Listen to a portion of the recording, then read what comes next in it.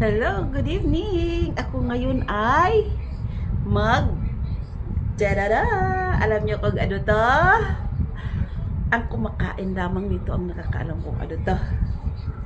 Pagkain lang naman ito ng mga magaganda. Magaganda. Magagandang nakatira sa bundok. Yung mga nakatira sa city, mga hindi nakaranas ng mahirap na buhay, hindi alam to. Magagandang dilag lamang nakakaalam dito. Diba? Masarap to. This is takway. Yung ano siya, yung sa balong. Alam mo yung balong dito sa Maynila, kinakaon.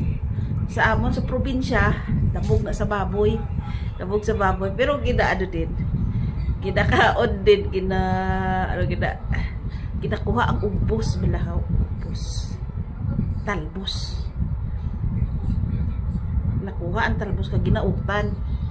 Diriya tigulang nga tanda-tanda na balong ginautan nila, ginahibo nila mo ginatawag naman.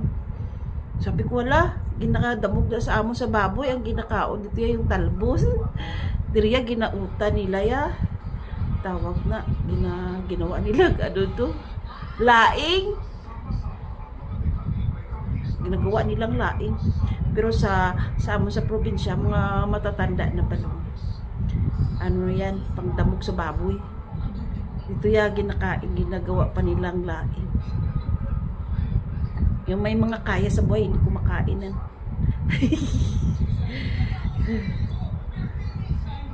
Ito, ang sarap nito. Rich in fiber to.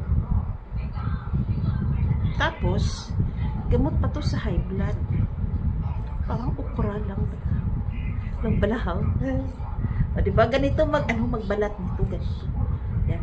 Kunin mo to, balat nito, tapos mo to ianuhin. Ianuhin. Ganun lang kumuha ng balat nito. Diba? Ganun lang. Ganun lang.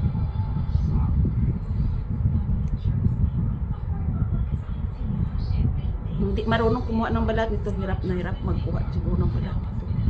Lalo na siguro si Liglig ko ay abaw. Paano niya siguro ito balatan? Ayan, ito na siya. Tapos ganun-ganunan lang. Ba? Putol-putulin. Nang ganun. Tapos, ito siya, pwede mo na siyang i-adobo. Diba? Yum. Masustansya to. Yan, mahaba na yung video ko. Bye-bye!